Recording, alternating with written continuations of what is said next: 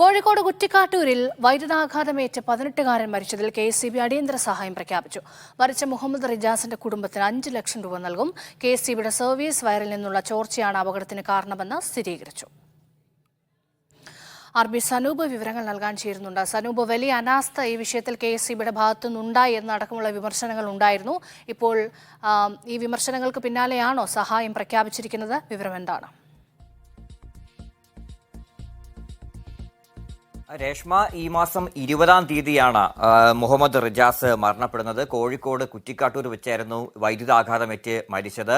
മഴ നനയാതിരിക്കാൻ വേണ്ടി തൊട്ടടുത്തുള്ള കടയിലേക്ക് ഓടിക്കയറുന്ന സമയത്ത് അവിടുത്തെ പൈപ്പിൽ കൈവയ്ക്കുകയും ആ സമയത്ത് ഷോക്ക് ഏൽക്കുകയുമായിരുന്നു. ആ സമയത്ത് തന്നെ വലിയ രീതിയിലുള്ള ആക്ഷേപം ഉയർന്നിരുന്നു. KSEBയുടെ സർവീസ് വയറിൽ നിന്നുള്ള വൈദ്യുതി ചോർച്ചയാണ് ഇത് GI പൈപ്പിലേക്ക് വൈദ്യുതി എത്താൻ കാരണം, അതുവഴി ഈ അപകടം ഉണ്ടാവാൻ കാരണമെന്നും വിശദമായിട്ടുള്ള അന്വേഷണം നടത്തി ഇക്കാര്യത്തിൽ സ്ഥിരീകരണം തേടുമെന്ന് KSEBയും വ്യക്തമാക്കിയിരുന്നു. ഇപ്പോൾ KSEB തന്നെ ഇറക്കിയ ഈ ധനസഹായം പ്രഖ്യാപിച്ചുകൊണ്ട് ഇറക്കിയ ഈ ഉത്തരവിൽ വ്യക്തമാക്കിയിട്ടുള്ളത് KSEBയുടെ സർവീസ് വയറിൽ നിന്നുള്ള ചോർച്ച തന്നെയാണ് ഈ അപകടത്തിന് കാരണമെന്ന് സ്ഥിരീകരിച്ചിട്ടുണ്ട്. അതുകൊണ്ട് തന്നെയാണ് കാറ്റഗറി എയിൽ ഉൾപ്പെടുത്തിയിട്ടുള്ള അടിയന്തര സഹായമായിട്ട് ഇപ്പോൾ 5 ലക്ഷം രൂപ നൽകാൻ വേണ്ടി KSEB തീരുമാനിച്ചിട്ടുള്ളത്.